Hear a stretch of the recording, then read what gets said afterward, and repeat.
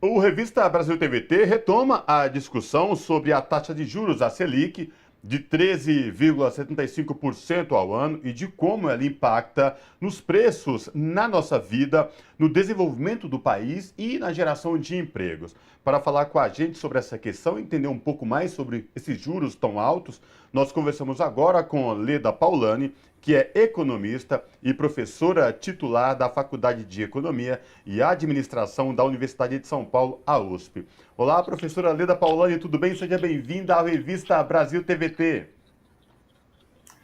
Bom dia, tudo bem? É um prazer estar aqui com vocês mais uma vez na TVT. Professora, a gente vem repercutindo essa taxa de juro aqui de 13,75% ao ano, mas muitos dos nossos telespectadores, assim como a população brasileira, não entendem o real impacto de uma taxa tão elevada. Queria que a senhora pudesse, por favor, trazer para a gente explicar os impactos e o que significa uma taxa de juros tão elevada de 13,75% ao ano, por exemplo, para a economia do país, o desenvolvimento, geração de empregos, enfim, no impacto da vida dos trabalhadores. A primeira coisa que a gente precisa lembrar com relação a esse tema é que a taxa Selic, né, essa taxa que é definida aí de quando em quando, né, se reúne lá o Comitê de Política Monetária e define qual vai ser a taxa, ela é chamada de taxa referencial, né? Ela é uma taxa referencial. O que isso quer dizer? Isso quer dizer que ela é um piso das taxas de juros praticadas na economia, né? Todo o espectro de taxa de juros para diferentes tipos de empréstimo, diferentes riscos, diferentes prazos, vai se basear nesta taxa referencial. Então, evidentemente, quanto mais alta ela estiver, mais altas estarão todas as demais taxas de juros. Então, se você for tomar um crédito pessoal, por exemplo, no banco, nunca que você vai conseguir uma taxa de juros de 13,75. Essa taxa vai lá para os 50, 60, enfim, né? Cartão de crédito nem se fala, cheque especial, enfim, todo o espectro de taxas, né? De juros que são praticadas no dia a dia da economia, tomam a taxa Selic como taxa referencial. Então, esse é o primeiro ponto que a gente tem que lembrar, né? Para mostrar o impacto que isso tem no dia a dia da economia e na vida do cidadão comum, vamos dizer assim, né? O segundo impacto tem que ver com as consequências disso para o crédito, né? Evidentemente, com uma taxa de juros tão elevada, não só a tendência é que o volume de crédito se reduza, porque as pessoas, aliás, o nível de endividamento das famílias no Brasil já está muito alto, né? Mas a tendência é que isso se reduza porque as pessoas vão pensar duas vezes antes de tomar um empréstimo com uma taxa de juros tão violenta, né? Ou seja, desse lado, né, por esse ponto de vista do consumo, vamos dizer assim, você tem a taxa de juros elevada é uma força no sentido de retrair a economia, né, de provocar uma retração econômica. E a gente tem que lembrar que hoje em dia, sobretudo depois do agravamento da crise, da pandemia, de tudo isso que houve no Brasil, a pandemia no mundo também, é claro, né? As pessoas têm tomado crédito não é nem para comprar bens de maior valor, como eletrodomésticos e tal. Muitas vezes o crédito é para conseguir manter um nível mínimo de consumo. Então as pessoas estão se endividando para consumir. É evidente que com a taxa de juros nesse nível, tudo isso fica muito dificultado, né? Não só porque as pessoas terão dificuldades de aumentarem ainda mais o seu nível de endividamento com a taxa de juros dessas, como as instituições que fornecem o crédito, as instituições bancárias, tendem a ser muito mais rigorosas na concessão desses empréstimos, né? Então, esse é um primeiro impacto cujo resultado é apontar no sentido da retração econômica. O segundo impacto, que talvez seja mais determinante, ou seguramente é mais determinante, é o impacto que isso tem pelo lado da oferta, pelo lado das empresas, né? Por quê? Porque um empresário, por exemplo, que está pensando lá se ele aumenta ou não a produção, se ele, de repente, amplia sua capacidade produtiva, se ele faz uma inovação tecnológica ou qualquer coisa desse lado, do chamado investimento produtivo, né? Ele vai olhar para a taxa de juros, tá certo? Por quê? Porque o retorno que qualquer projeto desse, né, associado ao investimento produtivo, tem que trazer é tanto maior quanto maior for essa taxa de referência. Senão, ele não vai esquentar a cabeça e vai simplesmente se tornar um rentista e obter renda através de aplicações financeiras, né? Ora, então isso aponta para uma dificuldade ainda maior na decisão sobre os investimentos produtivos.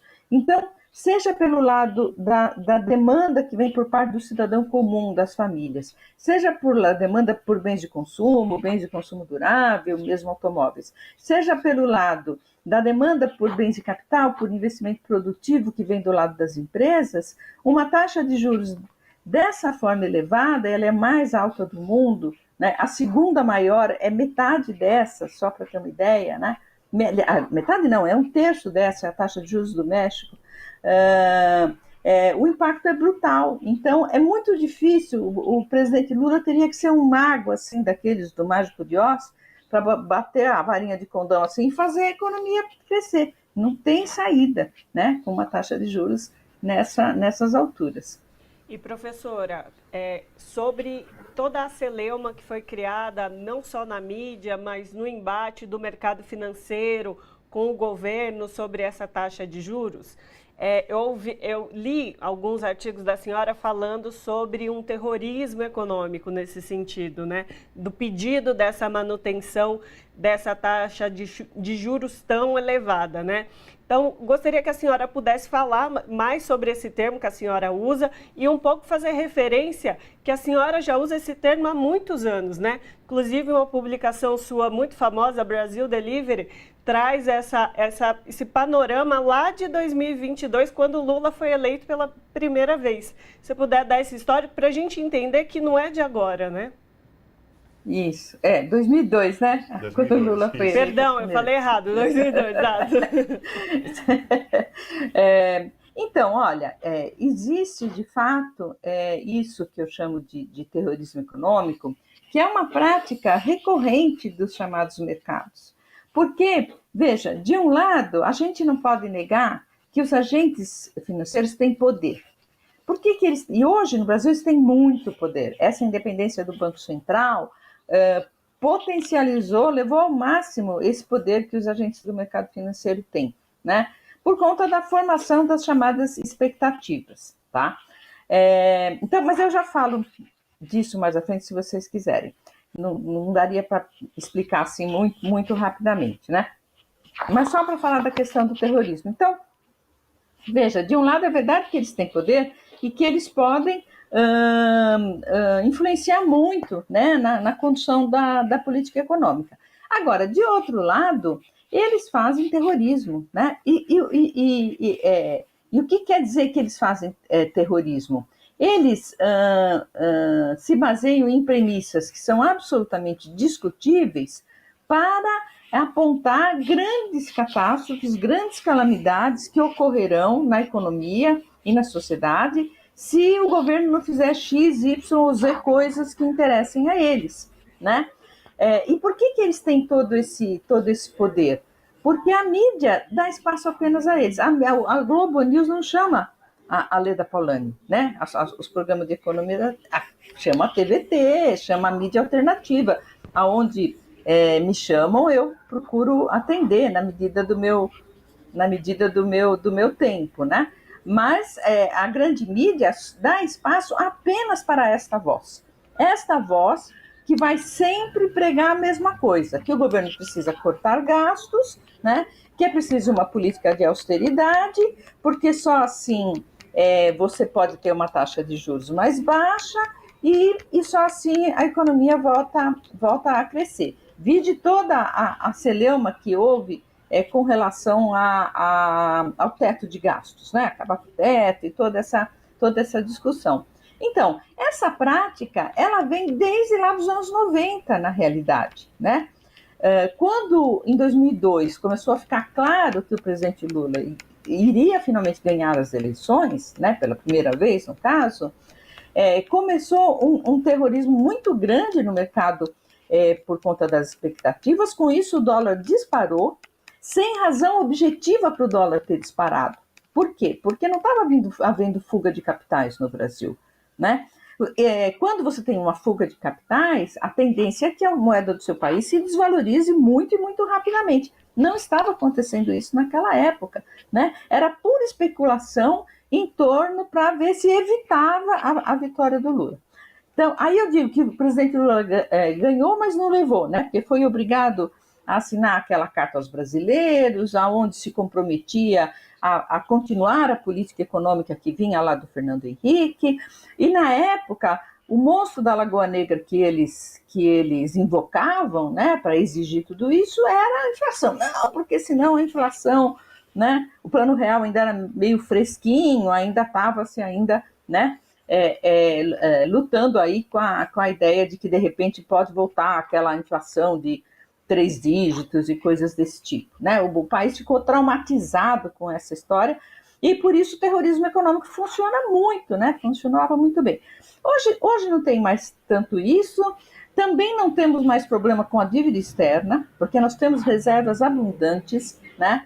Então tem essa coisa com o gasto público, né? Então, cada momento você tem um elemento para justificar o terrorismo e para que esses arautos do mercado apareçam como aqueles que estão chamando atenção para a boa prática, entre aspas, né, muitas aspas, a boa prática macroeconômica, que é sempre a mesma. É austeridade, política de gastos muito, muito restrita, de preferência reduzindo o tamanho do Estado e o investimento público para abrir espaço ao mercado. É evidente que eles não falam isso, mas é disso que se trata, porque conforme você vai constrangindo o Estado, você vai impedindo que o Estado faça investimentos e vai, digamos, a discussão sobre privatização fica muito mais fácil, dizer, o Estado não pode, o Estado não tem recursos e tal, e você vai abrindo o mercado para o capital privado, né?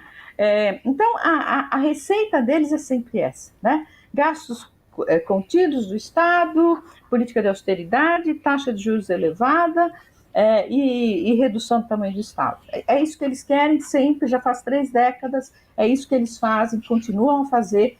Só que agora eles têm uma arma que antes eles não tinham. Eles têm o Banco Central nas mãos. Infelizmente. Professor, esse é o grande desafio do governo Lula. E quando a senhora fala da grande mídia, quando chama economista para falar, é aquilo que meio que combinado, porque para falar e defender o que eles tanto pregam o mercado, porque aí voltamos à função do Banco Central, que é regular o mercado e não regular o governo especificamente. E aí o Banco Central parece que trabalha de uma forma para agradar o mercado, que vem especuladores, ganho de juro real, enfim, deixa de lado especificamente essa questão que o governo tanto bate, que é poder trabalhar para o desenvolvimento de um país, com políticas sociais. É isso mesmo, professora? É isso, olha, a gente pode comparar um pouco, né, com o que acontece nos Estados Unidos. Nos Estados Unidos, a gente tem também a tal da autonomia operacional do Federal Reserve lá. Só que ali, né, a autoridade monetária e o Poder Executivo se falam 24 horas por dia, né? E eles, a relação aí de quem domina quem é invertida, né? Eles pilotam a política econômica de modo a induzir a formação de expectativas no mercado do jeito que eles acham importante para a economia do país em cada momento. E aqui é o contrário, né? Aqui é o mercado que dita as expectativas e o Banco Central passivamente acolhe essas expectativas e faz com isso a política que o mercado julga mais importante. Então, os interesses, digamos, no caso do Brasil, os interesses do país como um todo estão submetidos, são sujeitos aos humores, né, do mercado financeiro, que defende o quê? A manutenção e a valorização da riqueza financeira que já está constituída, vamos dizer assim, e de seus proprietários, evidentemente. Professora, com certeza nós teríamos muitos mais assuntos para desdobrar a partir disso, mas infelizmente nosso tempo acabou. Por isso a gente conversou com Leda Paulani, que é economista e professora titular da Faculdade de Economia e Administração da Universidade de São Paulo, a USP, a FEA-USP. Professora, muitíssimo obrigada pela sua participação. Foi muito esclarecedora as suas explicações sobre esse nosso contexto. Eu que agradeço, é um prazer estar aqui. Bom dia a todos. Abraço, professora. Até a próxima.